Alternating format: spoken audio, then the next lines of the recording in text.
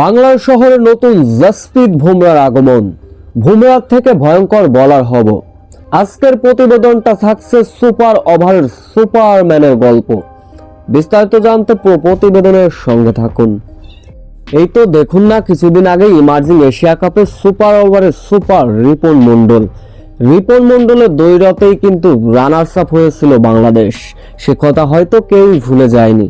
রিপন মন্ডল যে super over কতটা কার্যকরী, দলের ভাইটাল মুহূর্তে রিপন মন্ডলের বোলিংটা যে কতটা কার্যকরী, এরই মাঝে দেখে ফেলেছে বাংলাদেশ ক্রিকেট অঙ্গন। গতকাল রাতে রংপুর রাইডার্সের বিপক্ষে আবারও শেষ ওভারে রিপন মন্ডল ঝলক।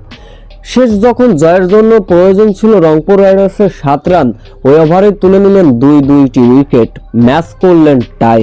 সুপার ওভারে গিয়ে আবারও 2টি উইকেট শিকার করলেন রিপন মন্ডল। কাইল ম্যাটসের মতো ভয়ঙ্কর ব্যাটারদের বোল্ড করে সাজঘরে পাঠিয়েছেন। তবে রিপন মন্ডলের সবথেকে বড় বৈচিত্র্য ওয়াইড লেন্থে গিয়ে ইয়র্কার করা, যা এক কথায় সবার এমন বোলিং করার দক্ষতা থাকে না।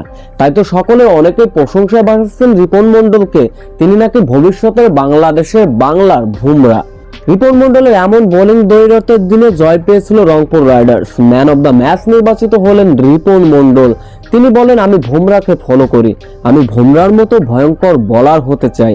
আশা করি বাংলার বুমরা হয়ে আমি ফিরব। অনেকেই রিপন মন্ডলের এমন বোলিং দেখে অনেকের আত্মবিশ্বাস, টি-20 বিশ্বকাপে দলে জায়গা করে নেবেন রিপন মন্ডল।